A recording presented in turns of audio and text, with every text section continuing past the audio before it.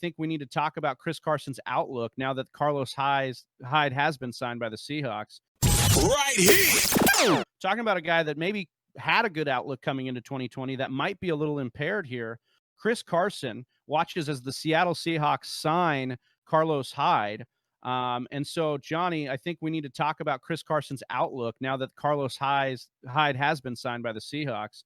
I mean, because Chris Carson, as violent as he runs and as injury prone as he may be, has continued to put up numbers in the NFL. Yeah, you looked at his opportunities last year, 71.5% of the opportunity share there in Seattle. So they want him to be the guy. He got 73.9% snap share, which was good for 7th among running backs. Wait, we know that they like Chris Carson there in Seattle. So with them, they need depth because we've heard all these reports this whole offseason that, one, they were a little bit concerned with Chris Carson's injury because he got injured late with the hip, but it's looking like he's going to be fine and be ready to go by the start of the season.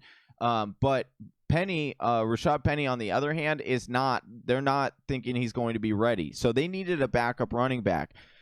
Carlos Hyde is a good, solid running back that they could put in at the 2 position, but he also can't catch, which is going to be an interesting dilemma there for Seattle. Now, whether that's, they bring in, they have DJ Dallas there as well that they drafted. He can catch out of the backfield. So could he be that scat back? Possibly. But you could possibly be looking at a guy in Chris Carson who had 46 targets last year, and you could definitely see that going up based on Rashad Penny might not be coming back so early in the season. I am starting to get on the bandwagon now that Chris Carson is going to be a value in fantasy drafts because of that fact. And you're getting Carlos Hyde coming in.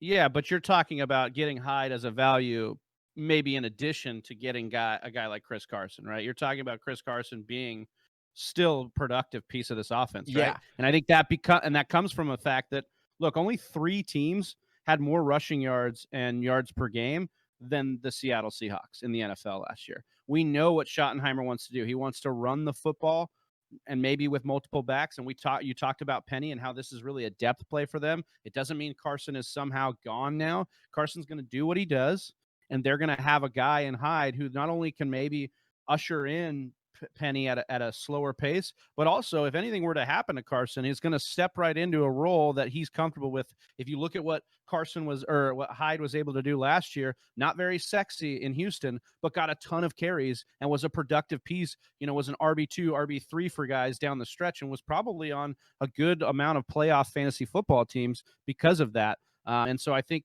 look, I wouldn't be scared at all for Chris Carson. I think this is really about a depth piece. If you're going to be scared about Chris Carson, it comes from injury. It doesn't come from Carlos Hyde. But also, it is Chris Carson's contract year. So we love to talk about how the contract year they like to perform a little bit better. So let's remember that as well. That it is Chris Carson's final year on his contract. Nothing's guaranteed after this. And Seattle really has been the only team that has really clung to him and been like, this is going to be our dude through everything. And so why would we turn our back on it now and say, oh, just because they went out and got Carlos Hyde, that we should view this as like any slight towards Chris Carson? It's just an insurance policy. So I do think that Chris Carson is starting to become a value in drafts and let people, hate on the fact that they got Carlos Hyde there.